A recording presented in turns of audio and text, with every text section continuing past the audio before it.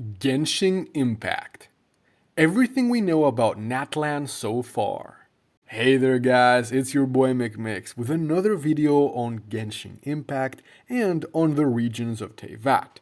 After Sumeru, I decided to tackle Natlan, and I have collected every piece of info we have about the Pyro Nation. This video, just like my Sumeru video, is divided into three parts: Geography of Natlan, the Pyro Archon, and the story when we get there. Let's go. Geography. Being the Pyro Nation, Natlan will certainly have an abundance of fire and lava throughout its lands. We know for a fact that there are many volcanoes and lots of volcanic ash in the region. Aesthetically, if I had to guess, Natlan will look much like Black Rock Mountain from the World of Warcraft universe. Perhaps the city of Natlan will be located within a massive volcano, or at the very least, a massive volcano will be prominently featured in the area. I also expect there to be dragons, which are associated with the element of fire. As for the remaining parts of Natlan, I expect there to be magical burning forests. See, in every region so far, we have witnessed at least one magical tree, so perhaps the Pyro Nation's tree will be perpetually on fire or have ashen branches. I know that so far Natlan sounds very one-note with the theme of Pyro, but MiHoYo could really play around this theme and create a myriad of environments. A burned forest, massive pools and lakes of boiling water, plains filled with steam and ash, and many more. We know for a fact that there are hot springs in Natlan since two NPCs in Inazuma mentioned how they had already visited that area and they were inspired to create this hot spring culture in Inazuma as well. The Pyro Archon. The rules of war are woven in the womb. The victor shall burn bright, while the losers must turn to ash. When the god of war shares this secret with a traveler, it is because she has her reasons. Ah, the Pyro Archon, the Lady of Fire, and the god of war. Unlike the Hydro and the Dendro Archon, MiHoYo has provided us with the name of the Pyro Archon. Her name is Murata. When it comes to her external appearance, even though we don't have an official model for her yet, it is very likely that Murata will resemble a synonymous character from Honkai Impact 3rd, Murata Himeko. Since she is the god of fire and war, we can expect her to have long crimson hair to signify her burning passion for combat and war. Unlike Zhongli and Venti, she will most likely wear some form of armor, and her most likely choice of weapon is a huge burning claymore. We also know that Natlan seems to be inspired from pre-Columbian or indigenous America, so expect Murata and her people to dress with traditional Mesoamerican attire. I can already picture her in my mind. Yeah, kind of like that. Now, when it comes to her character, Venti describes her as a wayward, warmongering wretch.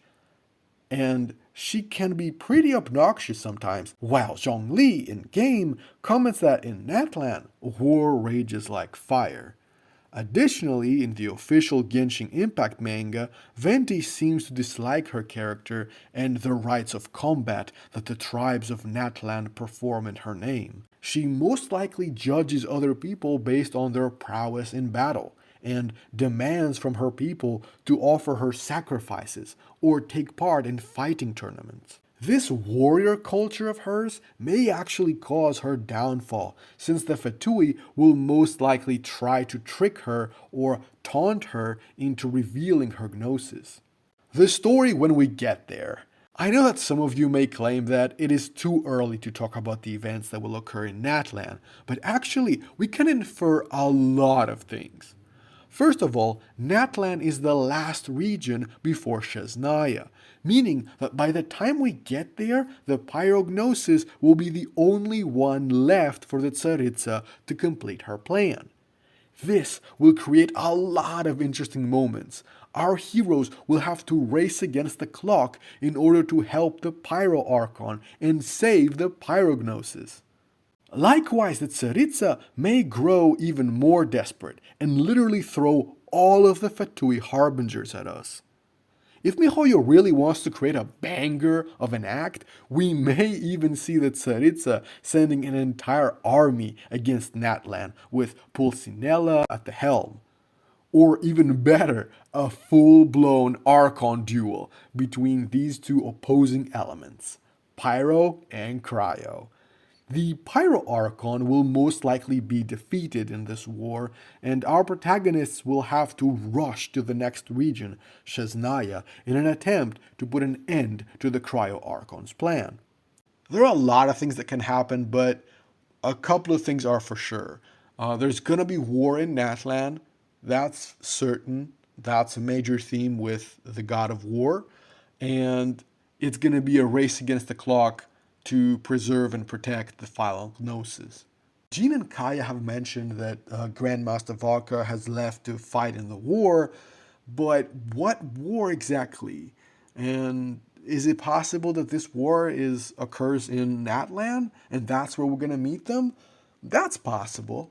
So there are a lot of possibilities, but these are the things we know for a fact. So guys, what do you think about my Natlan video? Did I miss anything? What do you think about my predictions on the geography and the story when we get there and the Pyro Archon? I want to hear your opinions. So comment down below and let me know, what do you think about all these elements?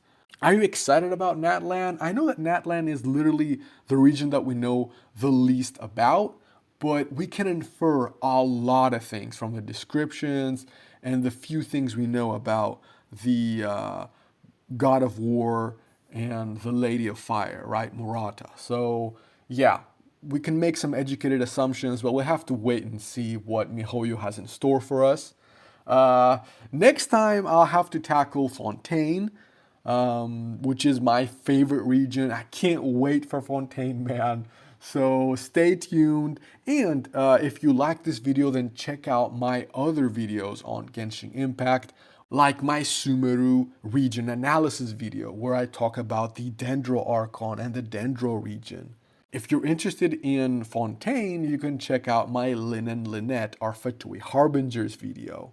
And of course, one of my most popular videos on Genshin Impact, my Genshin Impact future character death predictions video.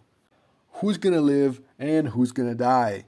There's also a part 2 where I talk about Dainsleif and the Traveler, so check these videos out as well. If you like this content, well, hit like and smash the subscribe button. And also check out my other manga and anime videos. Leave a comment down below and let me know what you think about the state of Genshin Impact, about the future regions. What do you guys think? Until next time, fellow Muratans.